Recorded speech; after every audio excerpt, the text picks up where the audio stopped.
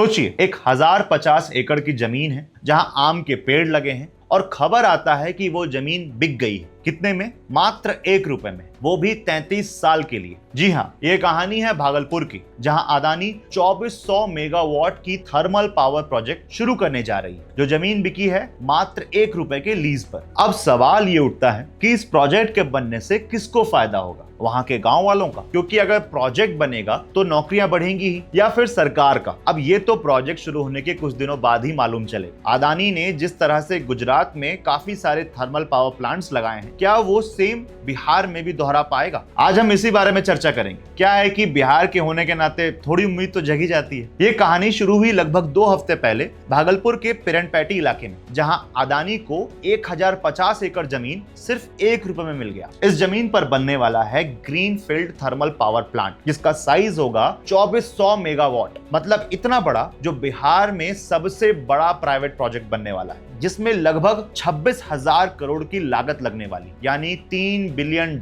इस प्रोजेक्ट को बनाने के लिए 4 बड़ी कंपनी ने बिड किया था। JSW energy, Torrent power, Bajaj group सब लाइन में थे, लेकिन सबसे कम अदानी ने बिड किया था और प्रोजेक्ट उन्हीं के नाम पे हो गया। अब अदानी पावर ने बिहार सरकार के साथ 25 साल का एक एग्रीमेंट किया है। एग्रीमेंट के मुताबिक 3 बड़ी यूनिट बनेगी, हर एक यूनिट 800 मेगावाट का होगा, और ये design, build, finance, own and operate model पर चलेगा, यानी बनाने से लेकर सप्लाई करने तक ये जमीन अडानी के पास रहेगा। अगर रेट्स की बात करें तो इस प्लांट से बनने वाली सारी बिजली बिहार के स्टेट पावर यूटिलिटी को दिया जाएगा, लगभग 6 रुपए पर यूनिट के हिसाब से। और प्लांट की बात करें तो अगले 4 सालों में पहला यूनिट तैयार हो जाना है और उसके 5 सालों में पूरा प्रोजेक्ट तैयार हो जाएगा। और जब मोदी जी ने 15 सितंबर को पूर्णिया में 40,000 करोड़ के विकास परियोजनाओं का इनॉग्रेशन किया था, तभी इस प्लांट की फाउंडेशन की भी अनाउंसमेंट कर दी गई थी। मोदी जी का कहना है कि इस प्रोजेक्ट के बाद बिहार बिजली के मामले में आत्मनिर्भर बन जाएगा।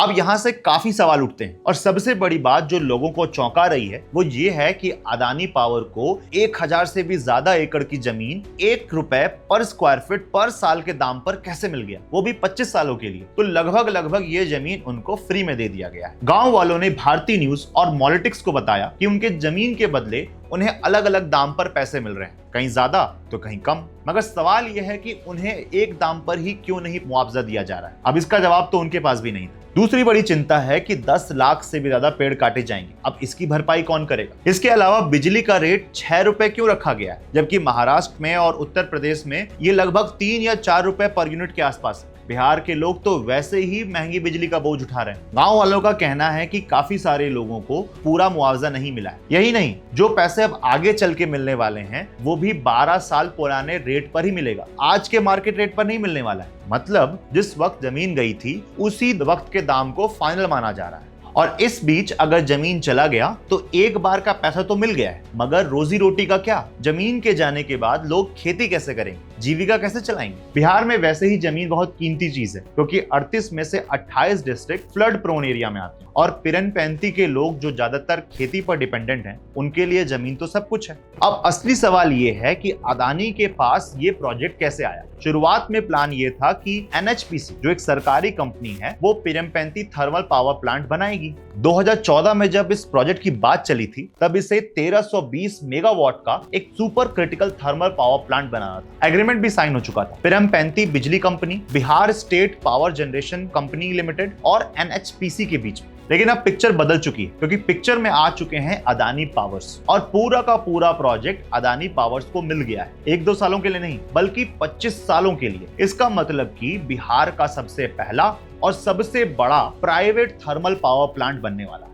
और सिर्फ मालिक ही नहीं बदले, बल्कि प्रोजेक्ट के नेचर में भी काफी गोलमाल रहा है। 2014 में जब इस प्रोजेक्ट की पहली बार बात की गई थी तो ये एक थर्मल प्रोजेक्ट था, और 2021 में ये एक सोलर प्रोजेक्ट बन गया। ये भी NHPC के ही थ्रू था। अब 2025 में ये वापस से एक थर्मल प्रोजेक्ट बन चुका है, यानी उल्टा फुल्टा खेल चल रहा है। 2016 में लैंड कॉन्फ्लिक्ट वॉच की एक रिपोर्ट आई, जिससे एक और चीज समझ में आती है। 2021 तक सरकार ने लगभग 1350 एकड़ की जमीन एक्वायर कर ली थी। बस 25 एकड़ की जमीन बची थी, मगर किसानों ने विरोध किया था और ये प्रोजेक्ट को साइड में रख दिया गया। अब वही प्रोजेक्ट नए रंग रूप में नए मालिक के साथ फिर से वापस आ गया। पिरमपेंती में जहां ये नया थर्मल पावर प्लांट बनने वाला है, उससे कुछ ही दूर है Kahalgaon super thermal power plant. मतलब एक ही डिस्ट्रिक्ट में जहां पहले से ही एक थर्मल पावर प्लांट है, वहां दूसरा भी बनने वाला है। अब लोकल रिसर्चर का मानना है कि जहां ऑलरेडी एक प्लांट है, वहां दूसरा प्लांट क्यों? और इस टाइम जब इंडिया दुनिया भर में ये कमिटमेंट ले रही है कि रिन्यूएबल एनर्जी को बढ़ाया जाए, तो फिर नए कोयले के प्लांट क्यों? लेकिन सिर्फ ये बिजली का मामला नहीं है, ये हेल्थ का भी मामला है, क्योंकि कोयले के प्लांट मतलब पॉल्यूशन, आर्सेनिक, धूल, राख, जो मिट्टी, पानी, हवा सबको प्रदूषित कर देते हैं। आर्सेनिक पॉइजनिंग तो वैसे ही बिहार की एक सबसे बड़ी समस्या है। 2021 में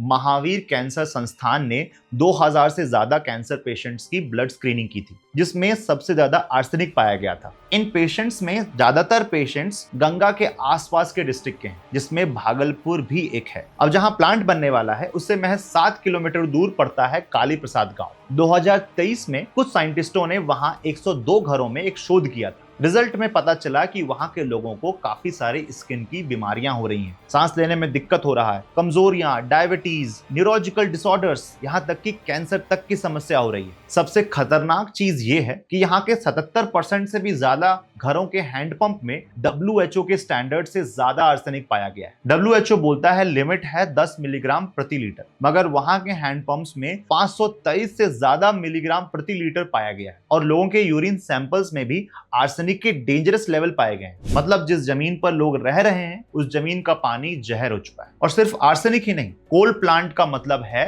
हवा में PM 2.5 पॉल्यूशन। ये वही छोटे छोटे पार्टिकल्स हैं जो नाक से, कान से सीधे लंग्स तक पहुंच जाते हैं। और बिहार PM 2.5 के मामले में टॉप पर है। 2018 से 2022 तक में बिहार ने 250 दिन का लिमिट तोड़ दिया। मतलब साल में ज्यादातर दिन बिहार में रहना सेफ नहीं है। और भागलपुर तो एक हॉटस्पॉट भी डिक्लेयर हो चुका है। JNU दिल्ली के रिसर्चर कहते हैं कि बिहार में PM 2.5 हर साल सबसे बड़ा खतरा बनकर सामने आया है। और भाई ये तो वही पॉल्यूटेंट है जो कोल जलाने से होता है। मतलब प्लांट बनाने से हेल्थ और पॉल्यूशन दोनों बिगड़ने वाला है। पर सच ये भी है कि बिहार को बिजली चाहिए। डिमांड इतनी है कि प्लांट को इग्नोर भी नहीं किया जा सकता। यहाँ पर एनवायरमेंट रिसर्चर शशिधर झा एक नई सोच लेकर आते हैं, एग्रो पीवी। द वायर के साथ इस बारे में उन्होंने बात भी की। एग्री पीवी का मतलब है खेतों में क्रॉप्स के साथ साथ सोलर पैनल्स भी लगाना। इसका मतलब खेती भी चलेगी और साथ साथ बिजली भी बनेगी। शेड लविंग क्रॉप्स जैसे मिर्ची, हल्दी, सब्जियां ये नीचे उगेंगी और ऊपर सोलर एनर्जी बनती रहेगी। झा का कहना है कि बिहार जैसे खेती प्रधान राज्य में एग्री पीवी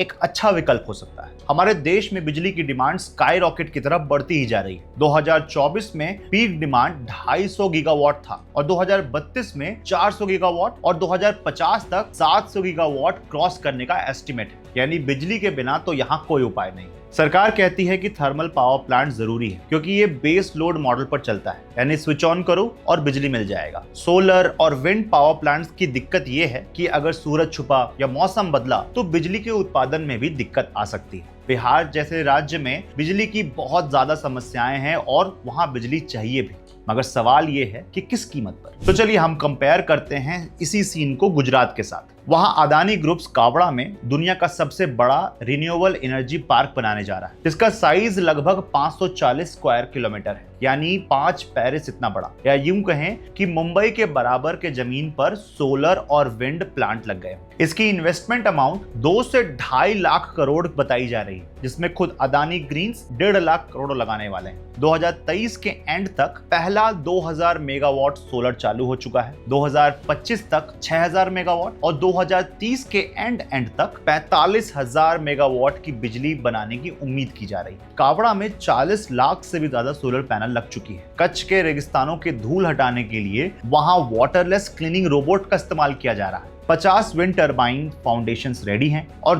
टारगेट है कि 2029 तक 7.5 करोड़ सोलर पैनल खड़े कर दिए जाएं। और सबसे बड़ी बात है कि गुजरात के पास सरकारी सपोर्ट है, FDI है, फास्ट क्लियरेंस है और सारे स्किल्ड टैलेंट रेडी है। यही कारण है कि गुजरात अब रिन्यूएबल रिसोर्स का नया सिलिकॉन वैली बनता जा रहा है। कावड़ा में हर साल 5 गीगावाट ऐड करने का प्लान है और 58 बिलियन टन कार्बन इमिशन बचाने का एस्टिमेट बनाया जा रहा है। अब एक तरफ गुजरात है जो बुलेट की रफ्तार से रिन्यूएबल एनर्जी की तरफ जा रहा है, और दूसरी तरफ है हमारा बिहार जो अभी भी थर्मल एनर्जी पर आश्रित है। बिहार को तुरंत जॉब और इंडस्ट्री चाहिए, वहीं गुजरात को सस्टेनेबल डेवलपमेंट चाहिए। यानी दोनों अपनी अपनी जगह पर सही हैं, बस उन दोनों का अप्रोच अलग है। अदानी प्लांट इस कंपैरिजन का एक बेहतरीन एग्जांपल है। बिहार में जहां एक तरफ उसके पास थर्मल पावर प्लांट है, वहीं गुजरात में वो बनाने जा रहा है दुनिया का सबसे बड़ा ग्रीन पार्क। एक तरफ बेस लोड की गारंटी तो दूसरी तरफ क्लाइमेट की जिम्मेदारी। अगर सवाल वही है, जब बिलियन डॉलर का डील हो रहा हो तो क्या सब कुछ विकास के नाम पर देना सही है? जमीन, पेड़, इंसान, एनवायरमेंट, क्या इन सब की कीमत है? आप बताइए, क्या 1 रुपए में बिहार का मॉडल गुजरात के मॉडल की बराबरी कर पाएगा?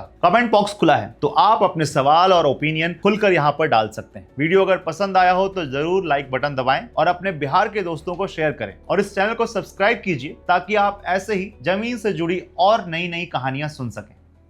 धन्यवाद।